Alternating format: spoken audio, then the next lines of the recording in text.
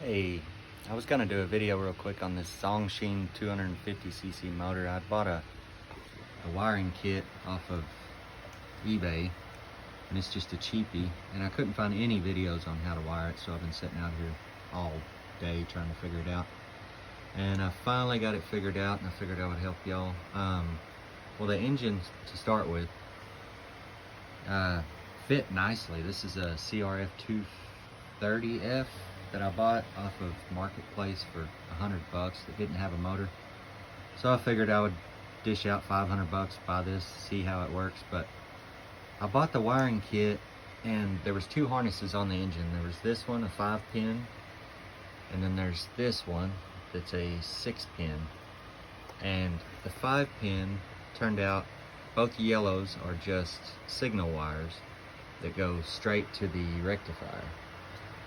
And then the blue with white line and the green go straight to the CDI box. You can see obviously I cut the harness and I did it myself here. But yeah, so the black with the red wire, or black with the red line, goes to the red wire on the CDI, and then the blue and the green go to the CDI.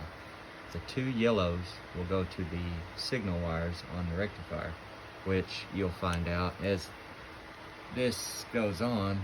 The yellow turns into white here, and it doesn't matter which way you put them, they're both the same thing. They both send the same signal, so you can flip them around, it doesn't matter. So yeah, the two yellow wires just go straight to the rectifier.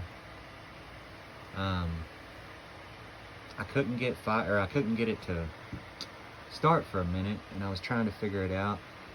Some of these are labeled, and it shows here brake wire must be connected to start, and I seen that, so I just hooked these two wires together, just looped them around and hooked them straight together, and bam, I've got fire, I've got everything. This particular bike, I'm not going to run any. I may run a headlight later on, but I'm not going to run turn signals and tail light and all that crap. So there's a lot of this I can slim down and clean up. I actually want to get a different, less bulky start button probably. I was able to use the original Honda key switch instead of the one that it came with. Same color wires, cut that harness and just use these heat shield connectors or whatever. But yeah, I hooked the battery up. It turns over great, fires right up. I'm still waiting on mounting bolts, but I've got bolts in it. Everything on this motor bolted right into the crf230 frame. I had the original harness that came with it, and it was actually quite similar to this one. And I probably, if I would have really known what wiring was my weakness, so if I would have really known what I was doing, I probably could have used it.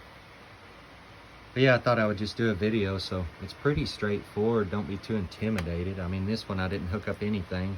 That light green with the red is actually the neutral safety, so I guess if you wanted to hook that up, you can. I don't really care to. I mean, I hardly doubt that I will ever start it in gear. It's just kind of a fun little project that I was working on. I don't have much money in it, so I figured what the heck, and I'll try this engine. I bought a 30mm Nibby carb for it, and yeah, pretty much the bike was complete. Had the gas tank, the seat was shredded to nothing on it, so I've got a seat coming that I found off of eBay, and like I needed any more projects, I've got the XR250 back there that I'm just finishing up. I just got through completely rebuilding the motor on that one, and my son's crf250R is getting a top end. We just bought it, and peace of mind, I bought all OEM parts, and I'm just going to go ahead and throw a piston and everything in it. The guy claimed that it had 90 hours on it, so I figured it was overdue. But yeah, anyway, I hope this helps.